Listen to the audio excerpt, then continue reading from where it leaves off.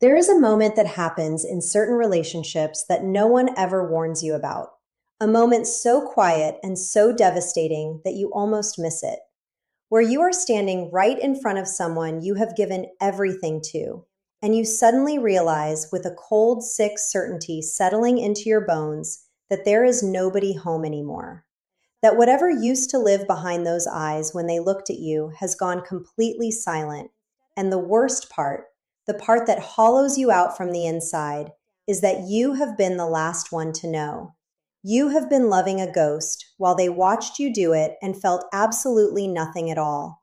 And if that sentence just sent a chill straight through your chest, then what you are about to hear next is going to change everything you thought you understood about the person who has been slowly making you disappear.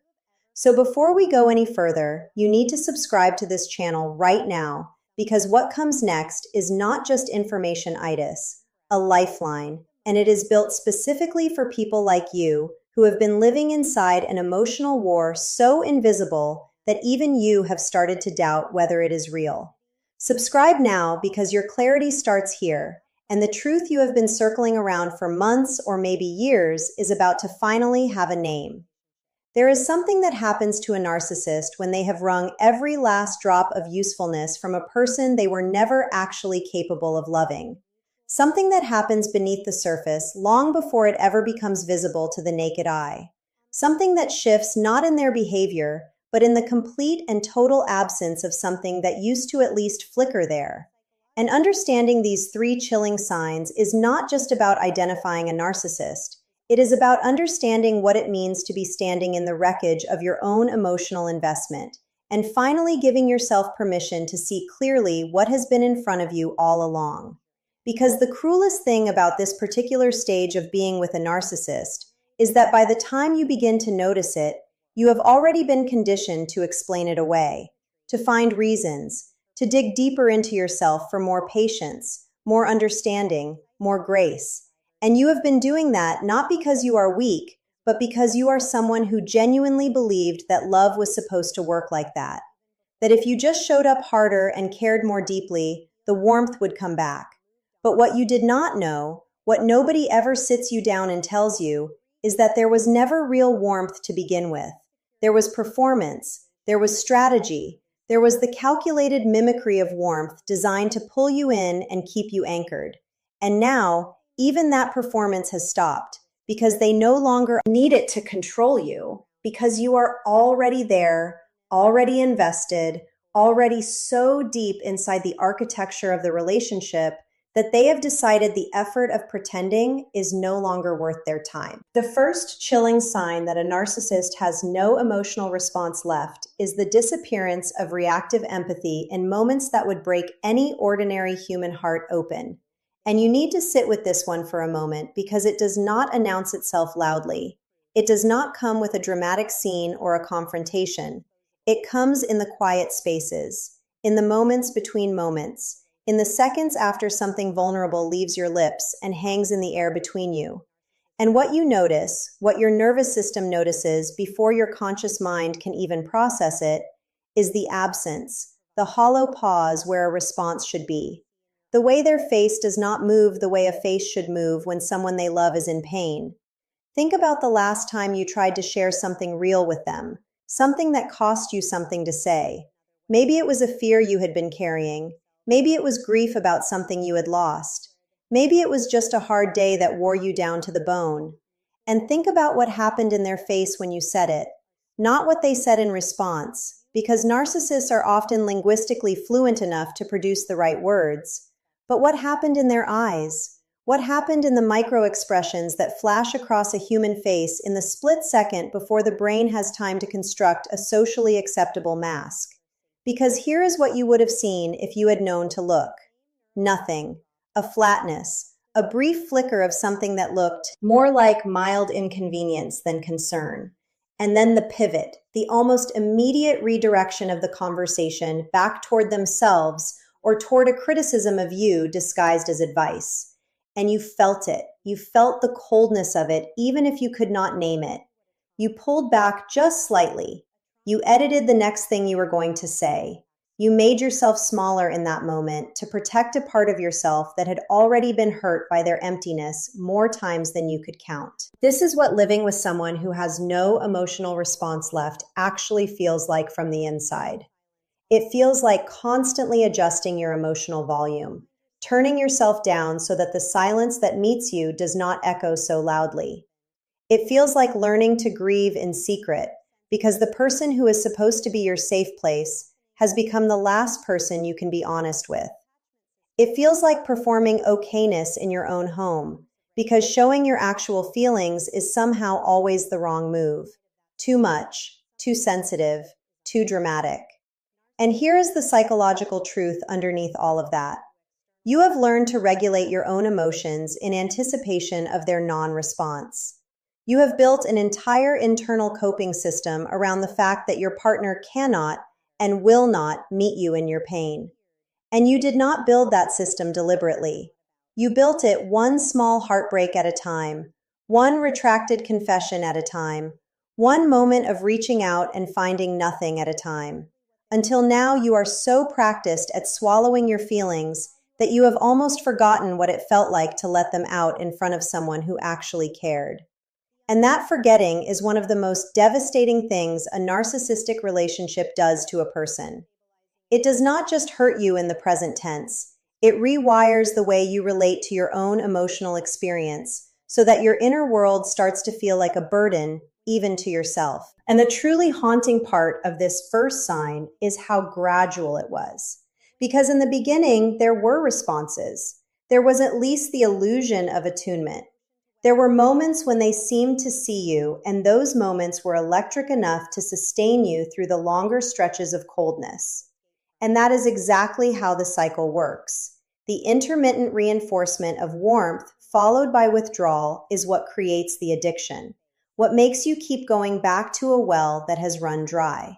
Because your nervous system remembers the water, it remembers how good it felt to be met, and it keeps sending you back, hoping that this time will be the time it happens again. But what you are beginning to understand now, what is settling into you with a quiet, devastating clarity, is that what you experienced in those early moments of connection was not real empathy. It was mirroring. It was them reflecting your own emotional energy back at you so skillfully that you mistook the reflection for a soul. And now even the reflection has stopped, because they have decided they no longer need to hold up the mirror. The second chilling sign that a narcissist has no emotional response left is the complete erasure of guilt. And this one runs deeper than most people realize. Because guilt is not just an emotion, it is a moral signal. It is the internal alarm system that tells a functioning human being that they have caused harm to someone they care about. And when that alarm goes silent, when the person who has hurt you repeatedly looks at the evidence of your pain and registers absolutely nothing that resembles accountability or remorse, what you are witnessing is not stubbornness, and it is not pride, and it is not them being too defensive to admit they were wrong. What you are witnessing is the structural absence of the emotional architecture that makes guilt possible. And that is chilling in a way that takes your breath away once you fully understand it. Because it means that all the times you sat across from them with tears on your face, explaining in the most careful and loving words you could find exactly how their actions had hurt you, they were not holding back guilt. They were not suppressing it. There was simply nothing there to suppress. And you can probably remember a specific moment right now where you saw this and felt the wrongness of it in your gut before your brain caught up. A moment where you laid out the truth of your pain clearly and openly, and instead of seeing any flicker of recognition or remorse in their face, you watched something else happen entirely. You watched them pivot to justification, or you watched them pivot to counter-accusation, or worst of all, you watched them go completely flat and affectless, as though you were reading them a grocery list instead of describing the ways in which they had slowly been breaking your heart. And in that flatness, in that total absence of the emotional response that should have been there, you felt something crack inside you. Not dramatically, not loudly, but quietly and completely. Because part of you had still been holding on to the belief that if you could just explain it the right way, If you could just find the right words that would make them understand, they would finally feel it. They would finally see what they had been doing, and something in them would shift. And the devastating truth is that nothing was ever going to shift, because the gear that shift requires was never installed. If you are sitting with this right now and your chest is tight and your mind is racing through your own memories, mapping this pattern onto your own life, then I need you to stop for just 1 second and subscribe to this channel right now, because this is exactly the space that was built for you. For the person who has been trying to explain their pain to someone who cannot feel it. For the person who has been gaslit into believing that their emotional needs are too big, when really they were just being handed to someone too empty to hold them. This channel exists for people walking through this invisible war, and you deserve a community that sees exactly what you are going through and refuses to let you minimize it. Subscribe right now, because your healing is not going to come from trying harder inside the relationship. It is going to come from understanding exactly what you are dealing with, and you are already doing that right now. Because the absence of guilt in a narcissist who has no emotional response left is not just about the big moments. It is not just about the major betrayals or the times they crossed a line so obvious that even they had to acknowledge it happened. It lives in the small moments too, in the way they will say something that lands like a blade and then look at you with genuine puzzlement when you flinch. In the way they can watch you go quiet and withdrawn and not once ask if you are okay, because the question genuinely does not arise within them. In the way they can tell you something they know will sting, something designed to put you back in your place, and then walk away without a single backward glance or a moment of internal conflict, because there is no conflict, because hurting you costs them nothing. Not because they are consciously choosing to be cruel in every moment, but because the emotional circuitry that would make cruelty feel like a cost has essentially gone dark. And you have adapted to this too, in ways you probably have not fully recognized yet. You have learned to pre-apologize, to soften everything you say so that there is no sharp edge they can use as a justification to hurt you. You have learned to make yourself so unassailably gentle and so visibly non-threatening that maybe they will not feel the need to pull out the blade this time. And you have been doing that dance for so long that you have forgotten what it is like to just speak naturally, to just be yourself without constantly calculating the emotional risk of every sentence you are about to say. And that is not a small thing. That is the slow theft of your authentic self, conducted over months and years by someone who was never going to feel guilty about taking it. The third sign is the most devastating one, and it is the one that most people who have lived through this say is the moment they will never forget for as long as they live. The moment that plays back in their mind in quiet moments with a haunting clarity. And it is this. It is the look in their eyes when everything is finally falling apart. When the relationship is fracturing and the pain between you has reached a peak so sharp that it cannot be ignored. And you are sitting across from them, or standing in front of them, or maybe you are on the phone with them, and something in your voice breaks, and everything you have been holding in for so long comes pouring out of you. All the grief, all the confusion, all the desperate need to be seen and acknowledged and met. And you look at them. You look directly at them the way you would look at someone you have shared your life with. And what you see in their eyes stops your breath completely, because there is nothing there. Not anger, not sadness, not discomfort, not love, not even the low-grade guilt you had almost made peace with not getting. There is simply nothing. A blankness so complete that for a moment you wonder if you imagined the entire relationship, if you invented the connection that you believed existed between you.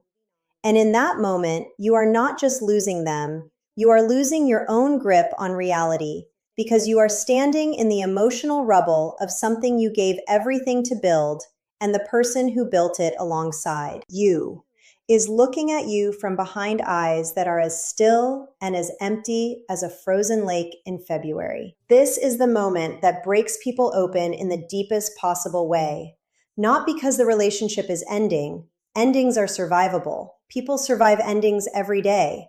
But because of what that emptiness reveals, because it forces you to confront a truth that your love has been fighting against for as long as you have known them, which is that the person you fell in love with, the person you restructured your entire life around, the person you defended to people who tried to warn you, the person you chose again and again, even when choosing them cost you more than you had. That person never had the capacity to love you back the way you needed to be loved, never had the internal emotional resources to meet you in any of the moments that truly mattered. And every time you thought you caught a glimpse of something real and deep in them, it was either a performance or a projection of your own longing reflected back at you through the mirror of your desperate hope. And the reason this third sign is so chilling is because it cannot be explained away. The first sign, the absence of reactive empathy, can be rationalized. You can tell yourself they are tired, they are stressed, they have their own pain they are carrying. The second sign, the absence of guilt, can be softened in your mind as defensiveness or pride or their own childhood wounds, making it impossible to face accountability. But this third sign, this absolute and total emotional blankness in the moment of maximum emotional intensity, this cannot be dressed up as anything other than what it is, which is the confirmation that you have been pouring yourself into a vessel that has no bottom. That the love you have been giving has not been landing anywhere, has not been building anything, has not been changing anyone. It has simply been disappearing into a space where feeling used to be and no longer is. And what does this do to you? What does it do to a person to stand in that truth? It does something both terrible and necessary.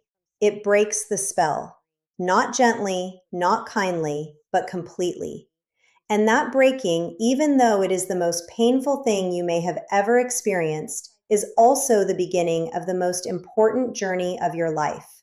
Because once you have seen the emptiness clearly, once you have let your eyes adjust to the reality of what was always there instead of the illusion you were sustaining with the force of your own love, you cannot go back into the fog. And going back into the fog was what was going to destroy you. Not the pain of seeing clearly, but the slow, airless suffocation of staying in a reality that was built to keep you confused and small and constantly reaching for something just out of your grasp. Because